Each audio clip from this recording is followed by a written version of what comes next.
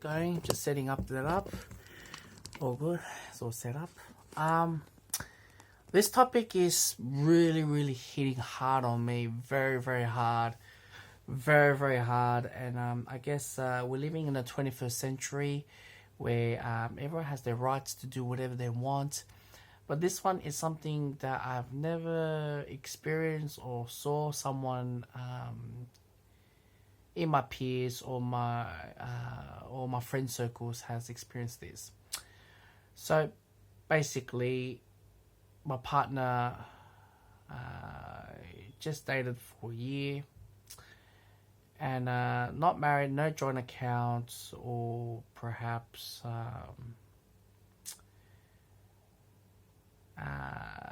just nothing's on the paper, basically. And she earns more money than me, and she bought a property, all right, which is 21st century is your feminist give opportunity for everyone, all women and men,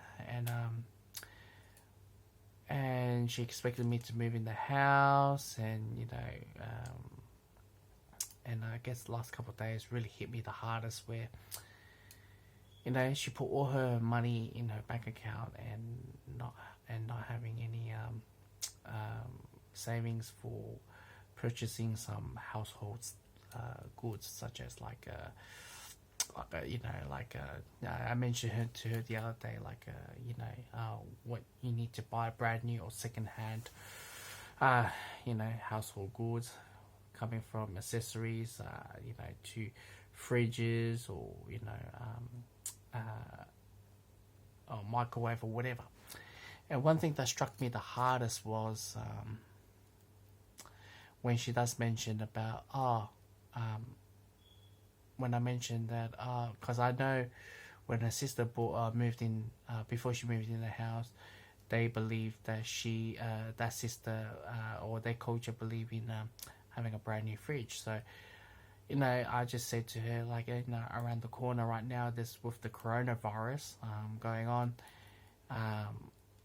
today as I'm speaking is 1st of March 2020. All right, so if you guys watched this last couple of years ago, this is the situation now. There won't be enough stockpile for products if this continues with China. Nothing's going to come out. So if you're thinking of buying brand new, maybe it's worth thinking through, and maybe we should put some bit of interest repayments on it. And she mentioned about she has no money, and I repeat the same question again. She has no money, and I said, you bought a house and you don't want a fridge, all right? And this has becomes a great, a very blunt area, all right? Perhaps she expected me to buy a fridge, and that really shocked me, because this is not my house. My name is not in it. You earn more than me, and you now expecting me to buy a fridge for her. Don't get me wrong, guys buying a second-hand fridge, it's cheap nowadays. But what's in the house is no longer mine. Alright? And that really shocked me, really got me thinking for the last 2-3 days. I'll have to say that shocked me the hardest. Because if you bought the house, you're financially better than me, but you bought that money there, and you're a bit complaining about $2,000 or whatever, how much it is, repayment is per month, and you're expecting me to pay. No thanks. That's your house, that's not my house at all. And then she kind of, said, maybe, use my small fridge. I got it it's sort of like one size a bit bigger than a bar fridge. So I got that fridge, but I'm just down you gotta be out of your mind. You want to use my stuff. I'm just down really now. Okay, whatever. Maybe down the track, maybe her sister will buy her something. But the notion, what I'm trying to make this video is saying that if you buy the property and you're expecting me to pay for it, it's a no-go, mate. Honestly, that's not cool, mate. Honestly, first off, whatever I purchase is nothing. The most I would do as a boyfriend or girlfriend is give them a gift voucher. I do not believe that if you're gonna buy something brand new, I do not. This is what I'll say to her. Like, instead of I give you Christmas or birthday presents or things like that, I'll give you, I don't know, $500 or $400 gift voucher, and that's about it. I think that's the best way to handle it instead of, works out a lot better, and cut back with, date nights as well, just to, sacrifice something and, for the other partner to achieve. Now, this sort of stuff is a 21st century. Is a very popular. This sort of trend of partners buying their house on their own. And especially in Australia with getting the first homeowner grant as well. It really, really does struck me and say that this is a 21st century problem. That's something I cannot solve. You just go with the flow, even though we, if we live together in Australia, you classify de facto. De facto is pretty much meaning you're already married. The laws is already there for you, just besides the marriage certificate and the ring. I saw how my parents went through, and I saw how my father went through with her, with de facto, relationship. How much it has caused him in a court case, and you know what?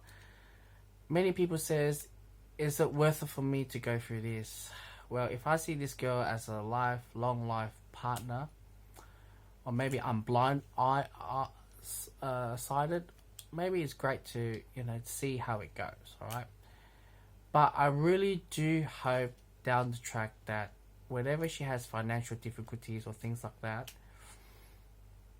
I'm not the one that's gonna pay 50% of the mortgage or 100% of the mortgage, or even let's just right now everyone's talking about recession.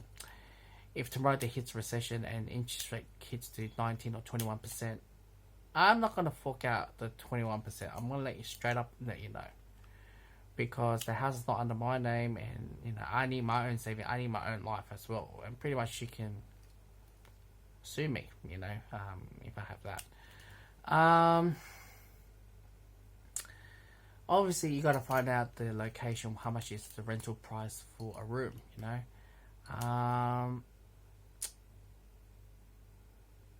maybe I am too generous, when I explained to her if we move back together and she still wanted to insist on buying a property on her own with her family money deposit, go on, that's nothing got to do with me. Do whatever you want, but also I make some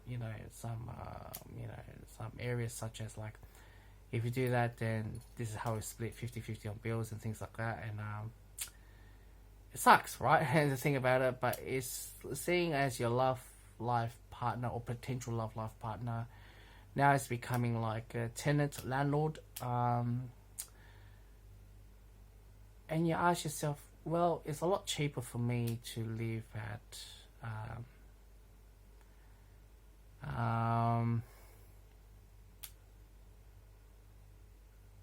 where I am right now, where it's going to cost more when I live at Wallet, or where she bought her property. It's even further away. Obviously it's affordable. Well, basically that's what I'm trying to say in this video, so that's about it. But yeah, I try to be reasonable as well in my side, and let's see how I negotiate after this. I think I have to negotiate. What really struck me the most on making this video is not that I should be expected the property anytime soon, but we've broken up a month and got back together within a month, in a month, and bought a house straight away. I'm starting to ask myself, this is a bit too fast for me. But this is the video, and I hope maybe this sort of video can help out any of those who are stark-minded. It's a bit burden, to be honest, to think about it. It really struck my mind every day to think about it. It really does. If we do get married, or if we do get a joint account or whatever in the future, or have kids together, I don't know how this kind of works, because being a male in the Western society, or being in Australia, I'm a loser all the way through. Even for de facto, or getting a house under my name, or joint names, or perhaps it's a lot more. I'm the loser. I'm the biggest loser out of the whole thing, no doubt, of course. But yeah, that's about it, man. I guess love, there's a price to be paid. It's something that I don't know what to say, but yeah.